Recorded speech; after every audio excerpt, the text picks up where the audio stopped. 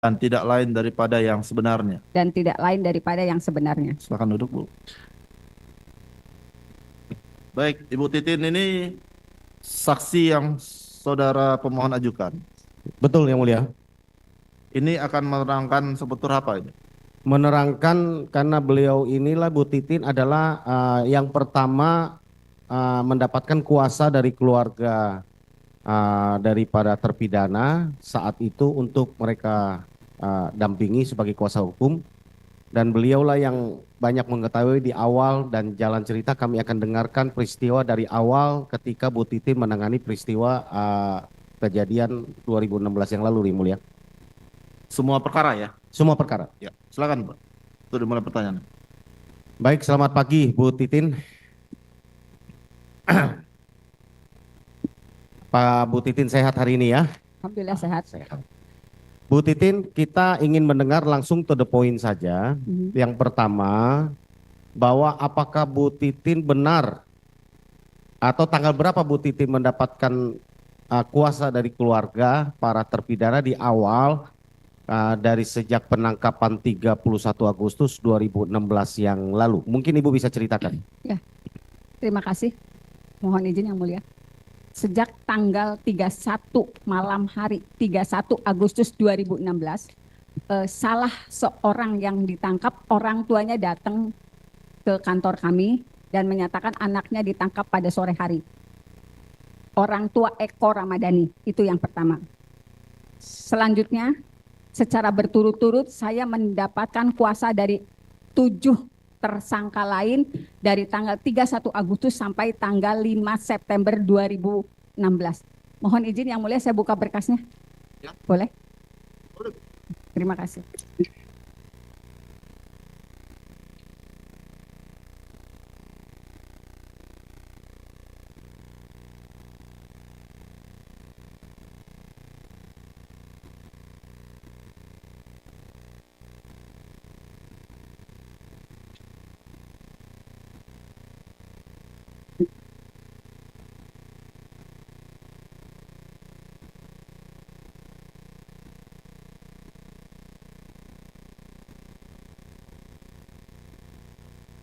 Tiketnya udah ada Bu ya?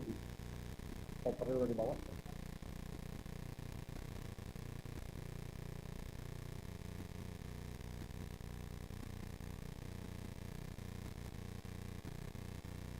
Habis ini langsung ke Thailand.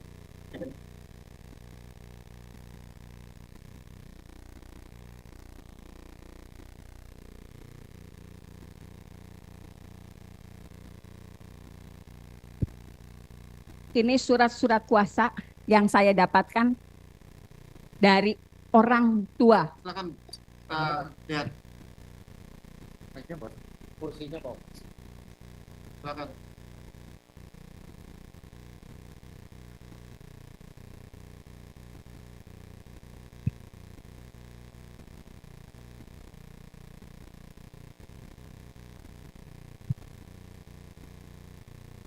Yang pertama kali Eko.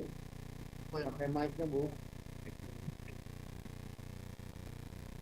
Yang pertama kali Eko, orang tuanya sudah datang pada malam hari. Orang tuanya sudah datang pada malam hari. Kemudian itu berturut-turut tanggalnya.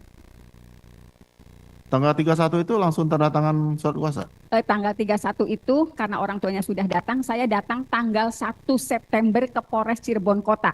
Enggak, maksud saya itu tanggal Tanggal 1 ditandatangani oleh Ekonya. Eko. Ya. Oh, berarti belum tanda tangan surat kuasa Ya. pada saat itu ya? Itu karena malam harinya orang tuanya datang memberikan identitas, saya ketik di tanggal itu. Nah, yang lainnya ketik di tanggal yang saat ditandatangani.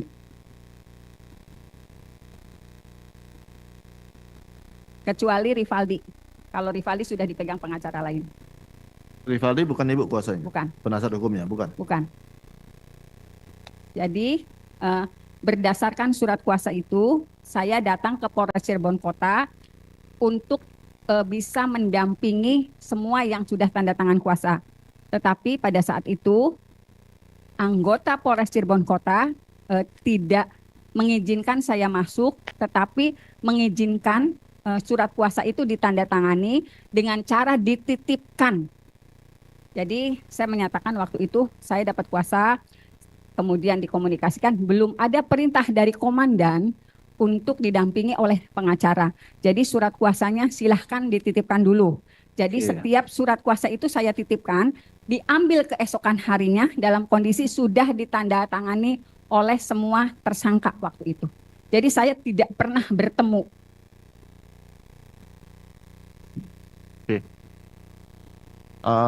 Ada yang mau ditanyakan? Oke. Silakan Pak. Silakan. Saya tidak diizinkan bertemu dengan alasan belum mendapatkan perintah dari komandan untuk mempertemukan dengan kuasa hukum yang mendampingi.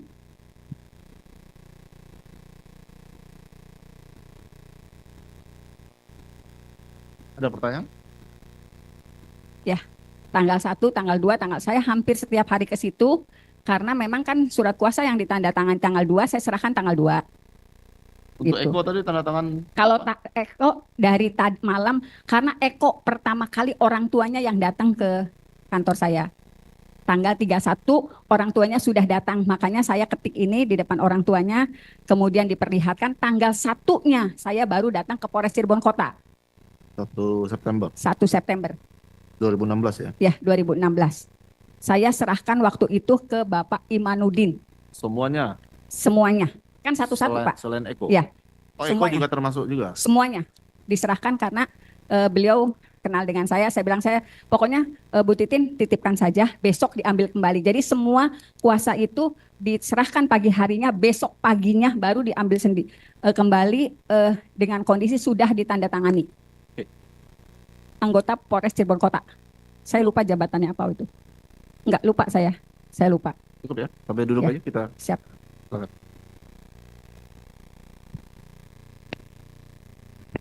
Baik, saudara saksi, saya lanjutkan.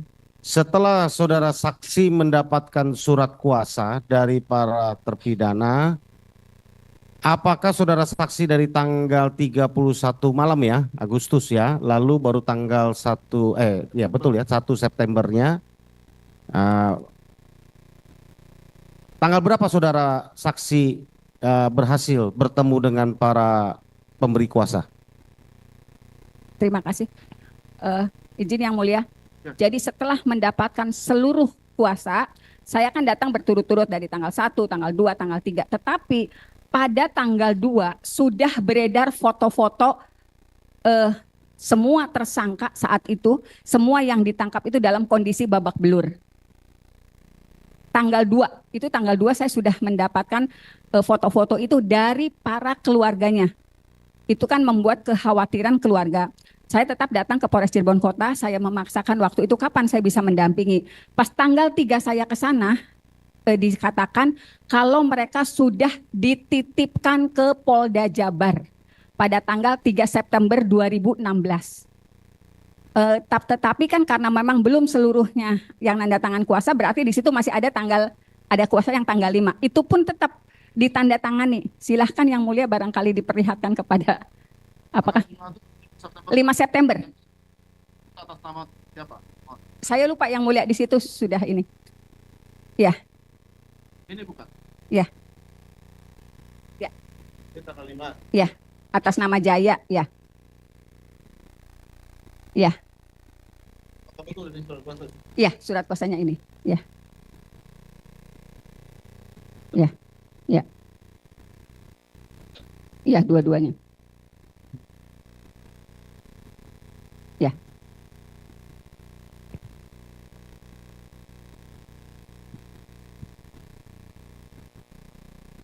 Karena kalau tidak salah memang ada 2 surat kuasa yang mulia kalau tidak salah.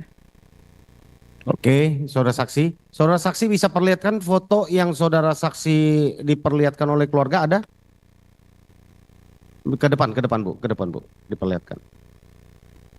Ke depan, maju. Pertama kali Ibu tanya nih. Pertama kali Ibu melihat foto ini, kiriman dari orang tua siapa?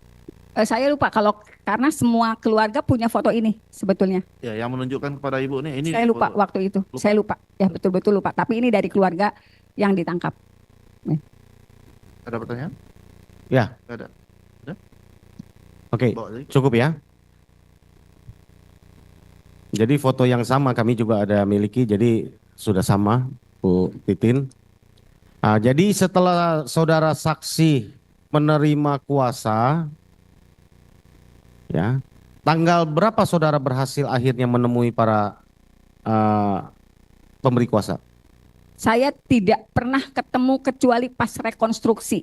Karena pada tanggal ketika tahu di Polda Jabar, saya juga mendatangi Polda Jabar pada tanggal 5. Kemudian tanggal 6 saya datangi lagi Polda Jabar.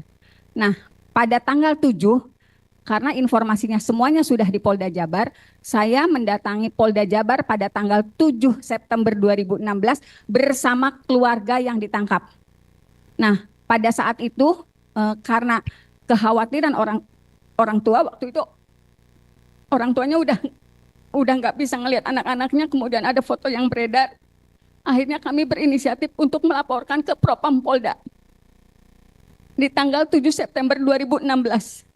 Namun waktu itu saya tidak bisa mendampingi ke Propam Polda untuk buat laporan karena surat kuasa aslinya belum diterima oleh Polda Jabar. Jadi saya nggak ngerti surat kuasa asli yang saya serahkan di Polres Cirebon Kota nyangkut di mana. Untung sempat saya fotokopi dulu. Bu, saudara saksi, saya ingin melanjutkan tadi sebelum pertanyaan lain karena saudara saksi sudah menyinggung tentang laporan ke Propam Polda Jabar. Kami ingin mendengar keterangan dari saudara saksi, apakah laporan saudara saksi diterima, lalu apa proses lanjutan dari Propam Polda Jabar setelah menerima laporan dari saudara saksi? Bisa dijelaskan?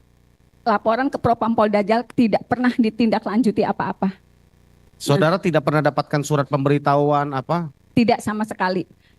Karena tidak pernah mendapatkan informasi apapun dari Propam Polda pada tanggal 13 September 2016, saya juga bersama keluarganya melapor ke Komnas HAM. Saudara saksi pernah diperiksa di Polda Jabar, di Propam Nggak pernah, sebagai pelapor? nggak pernah, Nggak pernah ketemu? nggak pernah. Selain waktu awal hanya melaporkan? Ya. Tidak ada tindak lanjut lain? Nggak ada. Tidak ada surat dari Polda Jabar ada sama memberitahukan sekali. tentang apapun dari Propam? Nggak ada. Tidak ada? Ya. Sampai bergulirnya kasus ini ya? Ya. Oke. Mohon dicatatkan Mulia, ini keterangan sangat penting karena di dalam fakta persidangan ada kesan bahwa ini perkara Eko sudah pernah diperiksa secara etik di Propam Polda Jabar mengenai penganiayaan terhadap para terpidana terdahulu. Mengenai dari keterangan saudara saksi ini ternyata laporan dari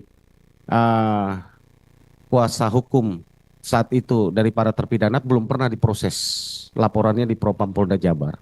Untuk dicatatkan saja di berita acara persidangan. Makasih yang mulia. Kemudian saudara saksi, kami ingin menggali lagi, bertanya, setelah tidak berhasil bertemu lalu saudara saksi ke Komnas HAM. Ya. Ya. Lalu apalagi yang saudara saksi lakukan? Ke Komnas HAM sebetulnya pengaduannya lebih rinci. Karena di situ dinyatakan kalau foto-foto ini juga dilampirkan ke Komnas HAM, kemudian juga di situ juga disebutkan ada Sakatatal yang anak, kemudian juga disebutkan penangkapan yang tidak sesuai prosedur, semuanya disebutkan. Laporan pengaduannya arsipnya masih ada pada saya. Ada respon dari Komnas HAM? Responnya Komnas HAM pada tanggal 7 Januari 2017 mengirim surat ke Polda Jabar untuk mengklarifikasi apa yang saya sampaikan di tanggal 13 September 2016 ke Komnas HAM. Jadi setelah 4 bulan berarti ya? Ya. 4 bulan ya, baru 4 bulan. direspon ya? Bukan direspon, Komnas HAM mengirim surat kepada Polda Jabar untuk mengklarifikasi laporan saya. Iya, artinya baru direspon oleh Komnas HAM kan? Ya. Saudara saksi melaporkan kan bulan September. Ya.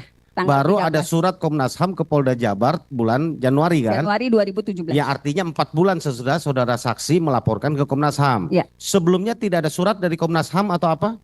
Tidak ada karena surat itu juga diterimanya pada bulan Januari. Oke. Surat yang saudara saksi laporkan juga diterima bulan Januari maksudnya? Enggak, surat yang Komnas HAM meminta klarifikasi ke Polda Jabar kan tembusannya Saudara dikirimkan juga saksi saya. punya dokumen ya, tanda menyerahkan surat ke Komnas Punya. HAM tanggal berapa ya? Oke. Punya semua. Makasih. Ya. Saudara saksi, sesudah saudara saksi melaporkan ke Komnas HAM, ya, kan dijawabnya di Januari, lalu yang kembali ke September ya, tanggal berapa akhirnya berhasil bertemu dengan para terpidana dan siapa? Saya tidak pernah bertemu dengan semua terpidana terdakwa waktu itu sampai mereka rekonstruksi. Tetapi pada tanggal 15 September 2016, karena kan saya juga nyimpen nomor handphone, waktu itu masih handphone model klip.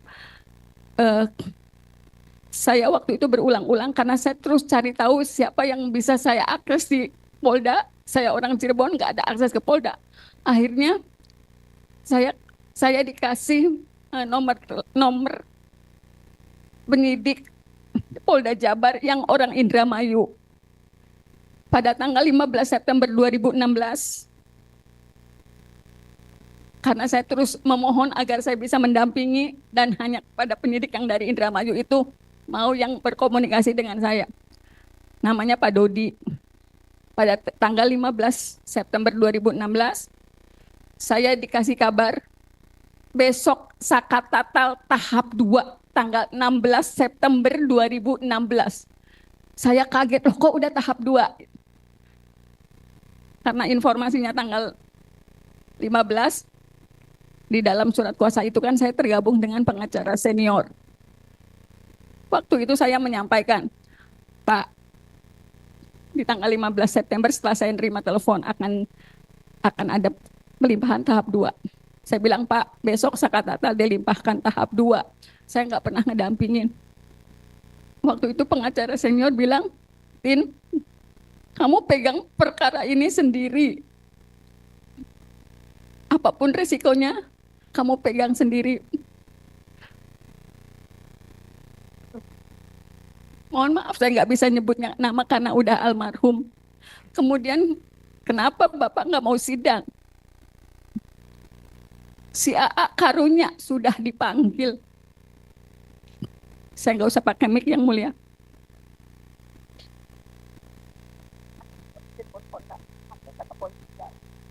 Jadi minta untuk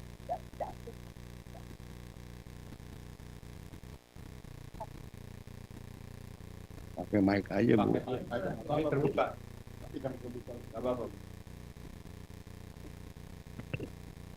Jadi di tanggal 15 itu. Jawab. Maksudnya saya jawab tapi Ya kalau nggak, kalau ibu, kalau saya nggak mau jawab ya hak ibu. Nggak apa-apa, saya jawab tadi tapi tidak. Oke.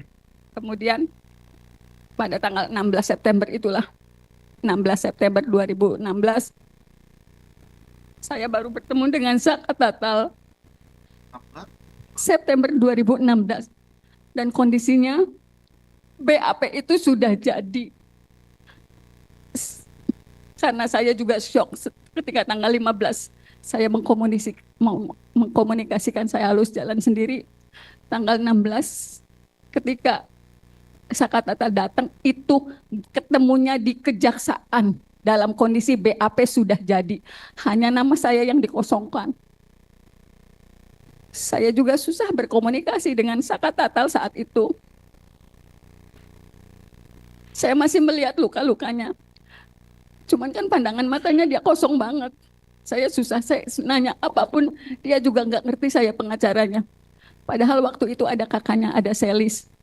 Tapi jangankan dengan saya, yang orang luar, orang yang dia tidak kenal. Dengan Selis juga, Saka, kamu apa yang terjadi? Dia nggak bisa cerita.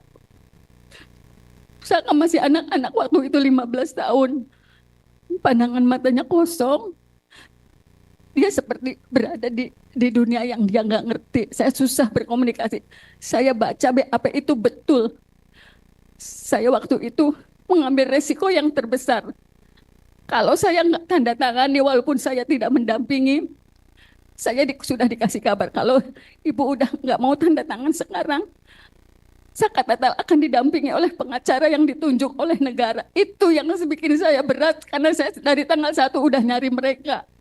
Akhirnya walaupun saya betul tidak mendampingi saat BAP, di tanggal 16 itu saya tanda tangani karena sebelumnya juga saya sudah dikasih kabar ya akan berjalan sendiri dan resiko apapun harus diambil.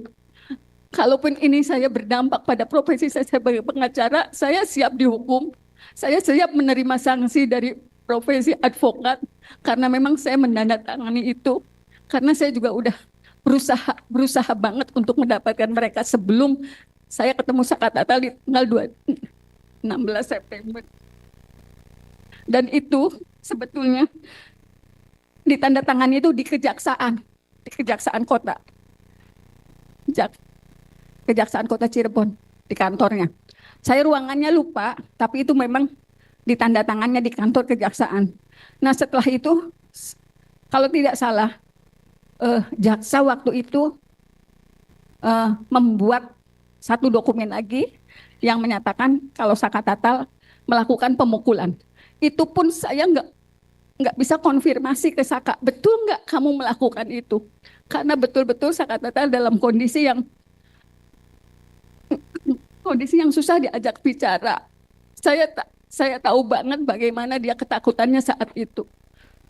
Jadi ada berkas lagi, tapi dokumennya saya nggak punya karena itu kejaksaan yang pegang, yang menyatakan Saka Tatal memukul. Saya juga terpaksa menandatangani, kalau tidak ditandatangani, Saka Tatal akan dipilihkan pengacara yang ditunjuk oleh negara. Baik, saudara saksi, sekali lagi saya ingin mengkonfirmkan saudara saksi masih punya BAP-nya Saka Tatal yang saudara mengaku menandatanganinya di kantor kejaksaan.